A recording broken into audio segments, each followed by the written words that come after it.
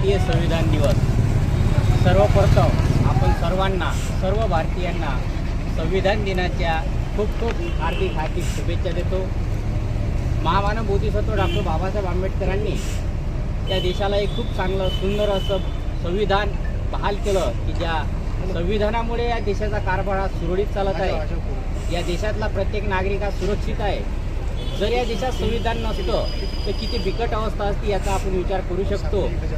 आज जर आपण भारताच्या संविधानाचे जे उद्देशिकाचं जे पठण केलं, हे जे उद्देशिका आहे, हे उद्देशिका म्हणजे भारताचा संविधानाचा एक सरनामा आहे। सर्वात प्रथम हा सरनामा बनवला गेला 1946 मध्ये आणि हा जो सरनामा बनवला गेला हा पूर्णपणे एका वाक्यात आहे। याला जे पुस्तक दिलेलं आहे ते सर्वात शेवटी आहे। असं हे भारताचे संविधानाची जी उद्देशिका आहे ती उद्देशिका एका वाक्यामध्ये बनलेली आहे। याच्यामध्ये धर्मनिरपेक्ष आणि एकात्मता हे जे दोन शब्द आहेत हे नंतर टाकले गेलेले आहेत, परंतु सर्वात पहिले हे उद्देशिका बनले गेली आणि नंतर भारतीय संविधान बनायला सुरुवात केली। याच्यामध्ये जे वाक्य सामाजिक, आर्थिक, राजनैतिक, न्याय, विचार, अभिव्यक्ती, विश्वास, श्रद्धा, या उपासना यांचे स्वातंत्र्य, दर्जाची संधीची समानता, हे जरी शब्द आपल्याला छोटे छोटे वाटत असले परंतु या शब्दाचा खूप मोठा असा अर्थ आहे। या शब्दाला खूप मोठा आशय आहे।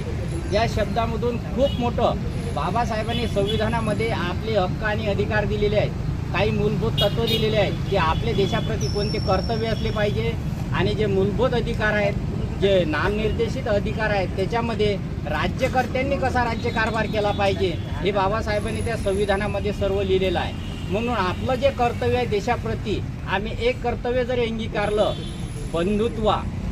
बंधुभाव हे एक जरी तत्त्व आमच्या देशात अंगीकारलं असतं तर आज आमच्या देशातला असणारा जातीवाद, आमच्या देशातली असणारी विषमता हे केव्हाची नष्ट झाली असती।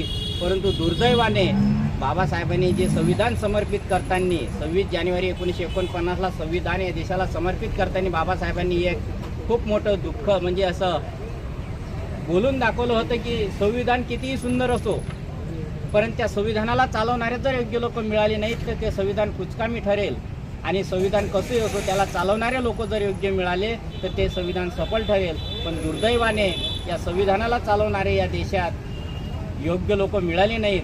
पर्यायाने देशाची वाटचाल पाहिजे त्या मार्गाने झालेली नाही आणि म्हणून देशात असणारा आज भारतीय संविधान असताना सुद्धा देशात एवढा उन्माद माजतो आहे। जर संविधान या देशात नसतं तर किती प्रमाणात तो माजला असता, हा देश राहिला असता की नसता राहिला हे सुद्धा आपल्याला सांगता येत नाही अशी परिस्थिती आहे। म्हणून भारतीय संविधानामुळे हा देश टिकून आहे, भारतीय संविधानामुळे हा देश सुरक्षित आहे। या देशातला प्रत्येक नागरिक सुरक्षित